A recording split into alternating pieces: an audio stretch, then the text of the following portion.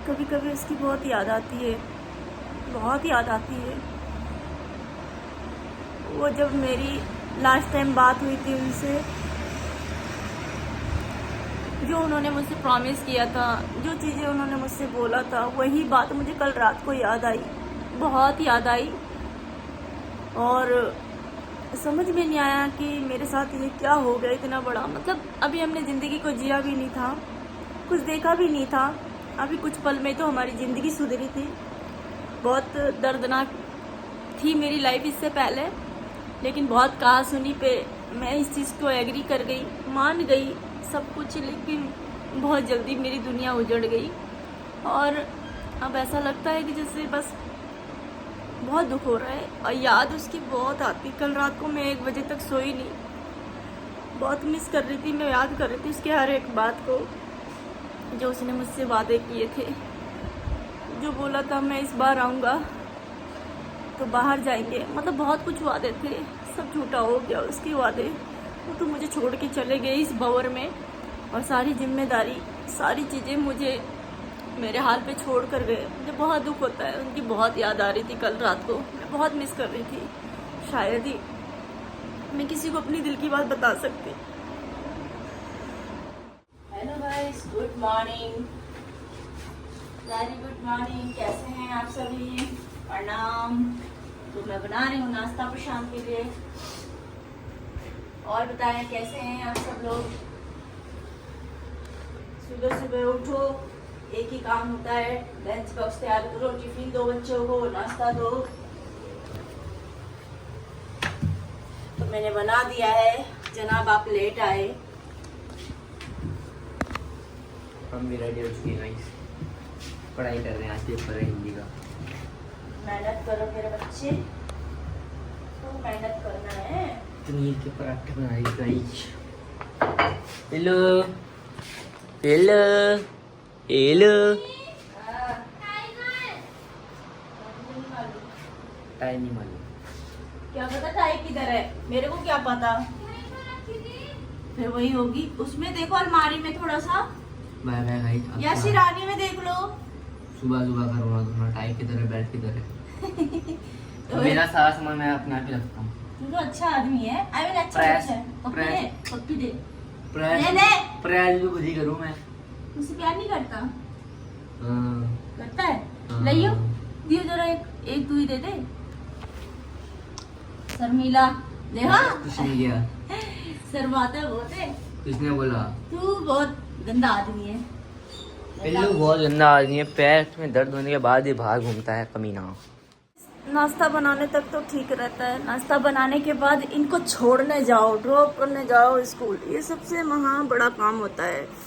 तो अभी नाश्ता बना के निपटी हूँ, थोड़ा सा सोचा रेस्ट करूँ, चाय चुई पीऊँ। तो मैडम हमारी तैयार हो गई हैं, वो तो अपने दोस्त के साथ निकल गया और भैया को छोड़ने तो नहीं जाना पड़ा, इसको छोड़ने जाना पड़ेगा लड़की को। क्यों? क्योंकि इसका भी आज 12 बजे छुट्टी हो जाएगी, आज हाफ डे हो जाएगा। पता नहीं क्या चीज़ है आज, समझ में नहीं आ रहा फिलहाल।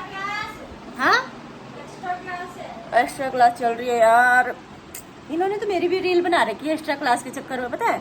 अब जाऊँ मैं इन्हें छोड़ के आऊँ, फिर घर का काम। भगवान, इतनी बड़ी जिम्मेदारी छोड़कर मेरे साथ क्यों चले गए तुम अकेले? कुछ तो नहीं, कुछ मेरे ऊपर ही छोड़ के चले गए। अब बताओ मैं सब कुछ कैसे करूँ काम हैंडल? मेरा दिमाग पागल हो जाता है यार किसी टाइम में।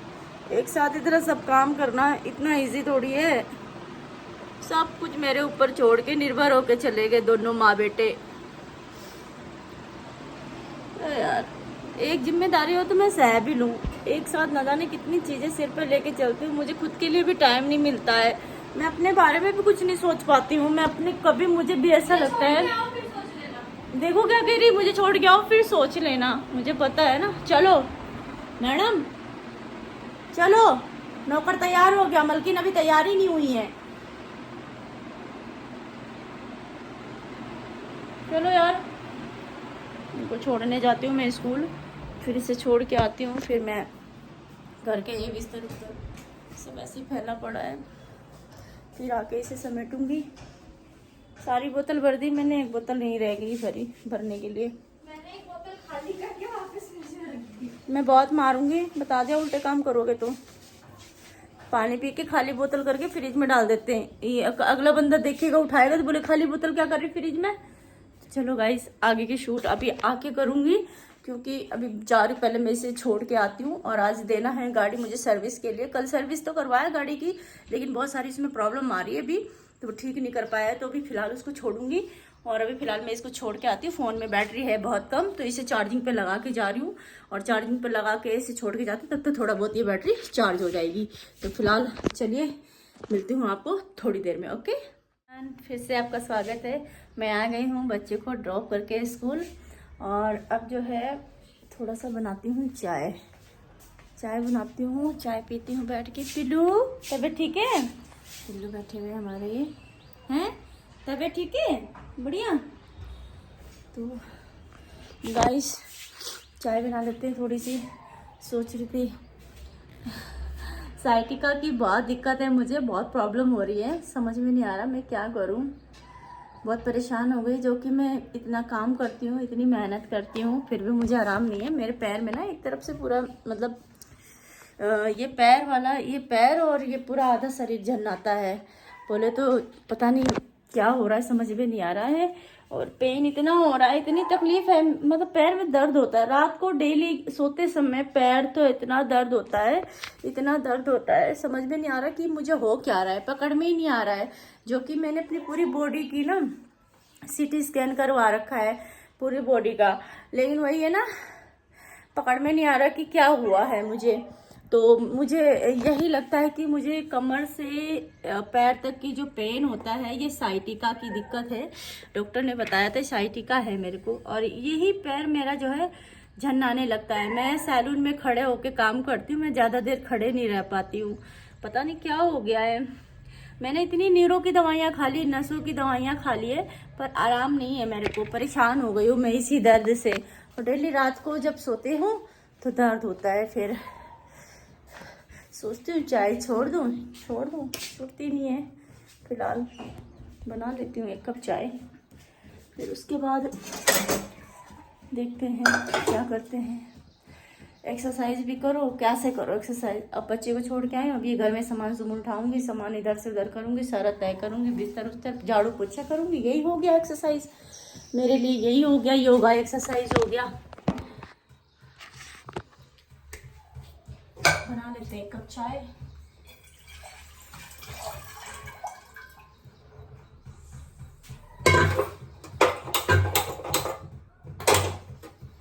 आ जाओ आप भी चाय पीने मॉर्निंग में। सबके घर में सुबह सुबह इस टाइम काम बहुत तगड़ा होता है। और सब लोग, कोई हस्बैंड का टिफिन तैयार करते होंगे, कोई बच्चे का टिफिन तैयार करते होंगे, कोई सास ससुर को नाश्ता देता होगा। बहुत सारे काम होते हैं घर में बहुत काम होता है।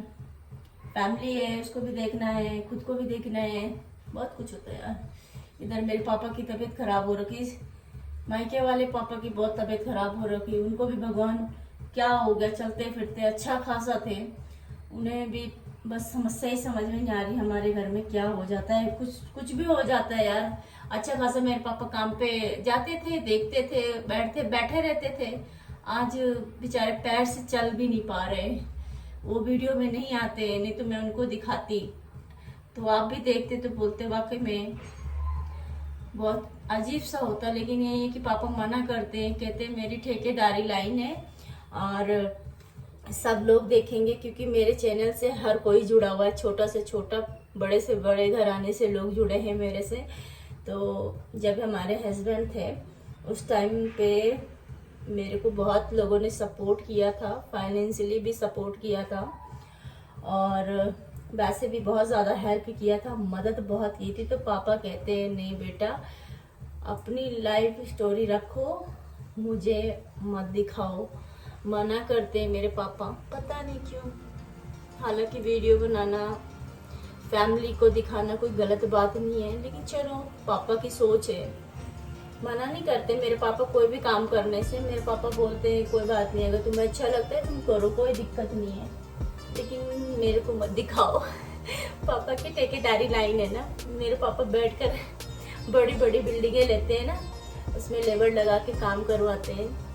उनको काफ़ी लाइफ उनकी ऐसी काफ़ी सालों से है, तो फिर इसीलिए जो है पापा बोलते हैं, बहुत लोग देखते हैं, फिर सब लोग पूछते हैं मुझे फ़ोन करेंगे, इसीलिए जो है मैं पापा को नहीं दिखाती। एक ही कारण है, वो यही कारण है कि पापा के पास फिर दबा के कॉल आएगा कि यादव जी आपको क्या हो गया। इसीलिए मेरे पापा मना करते हैं बेटा मेरी वीडियो मत बनाना। पता मैं जिसके घर जाती हूँ ना सब लोग डरते हैं बहुत ज़्यादा, मेरे से अलग अलग हो जाते हैं वो, इसीलिए कि कहीं मैं उनकी वीडियो ना बना के अपलोड कर दूँ। फिलहाल सबकी सोच भी एक जैसी नहीं होती है और हर किसी की तकलीफें एक जैसी नहीं होती हैं, सब कुछ अपने अपने नसीब से मिलता है। मीठा तो मेरा छूट ही नहीं सकता है चाहे कुछ भी हो जाए।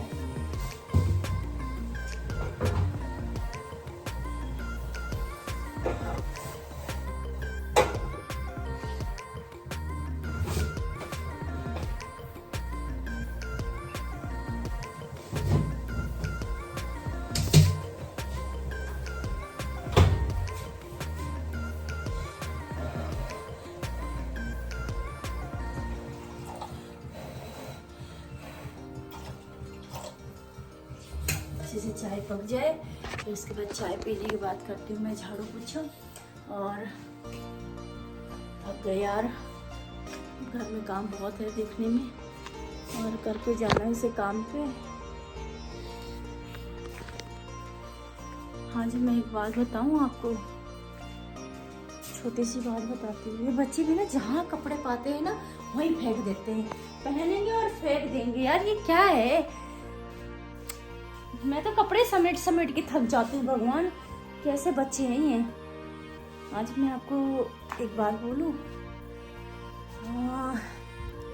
पंखा चला लेती हूँ यार, पंखा भी। ये देखो ये आपस में लड़ रही है, ये देखो एक दूसरे से लड़ रही हैं कि खेल रही हैं, कुछ पता नहीं है मेरे को। बहुत सारी थी इसमें मछलियाँ मर गई। और मैं बोलना चाहती थी कि जीवन मिला है ना, ये मनुष्य रूप जो दे रखा है ना भगवान ने हमको, ये हमारे लिए बहुत बड़ा गॉड गिफ्ट है। तो इसी गॉड गिफ्ट से मैं एक बात कहना चाहती हूँ आप लोगों से, ये ज़िंदगी ना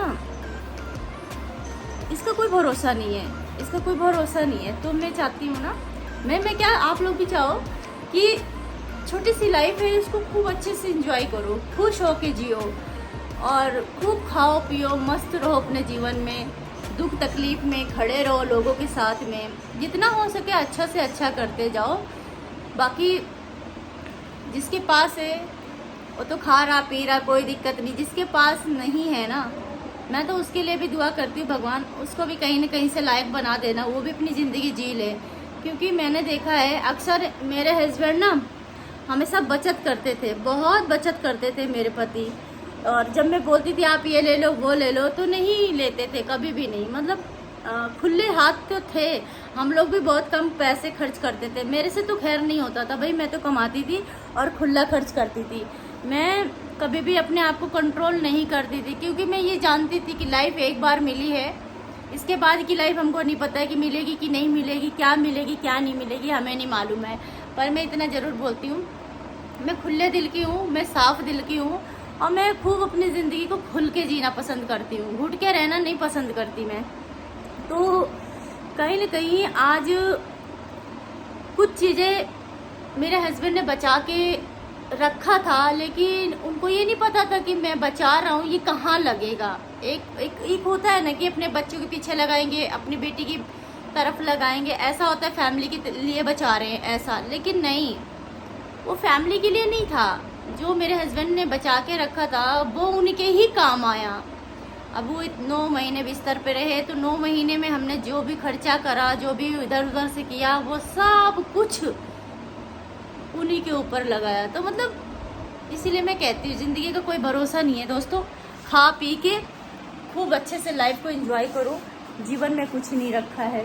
बस मैं तो यही कहना चाहती हूँ, भगवान जो दर्द देता है ना, जो झेलता है ना, उसको ही पता चलता है। मैं तो किस लाइफ से निकल कर यहाँ तक पहुँची हूँ वो मेरा दिल जानता है। अभी भी कुछ चीज़ें ऐसी हैं जो मेरी लाइफ में ठीक नहीं है बिल्कुल भी, कुछ चीज़ें अच्छी नहीं है मेरी लाइफ में। सबसे बुरी चीज़ों में जो ज़्यादातर मैं फंसी हूँ ना, वो है इस घर के बारे में। तो बस कुछ चीज़ें हैं जो मैं बहुत परेशान हूँ। खैर मैं निपट भी रही हूँ आस्ते आस्ते, लेकिन मैं यही कहती हूँ यार, भगवान ने जीवन दिया है, इसे खुल के जीना, चाहे रो के जियो चाहे हंस के जियो, पर जियो इसको। फिलहाल मेरी चाय बन चुकी है, चाय बन रही है इधर, बस उबल जाए। कल कद्दू लेकर आई थी, अभी बनाऊंगी इसे दिन में कद्दू चावल। कद्दू रोटी खानी होगी, कद्दू रोटी खा लेंगे, कद्दू चावल खाना हो कद्दू चावल, तो मुझे कद्दू चावल बहुत अच्छा लगता है। तो फिलहाल पी लेते हैं चाय।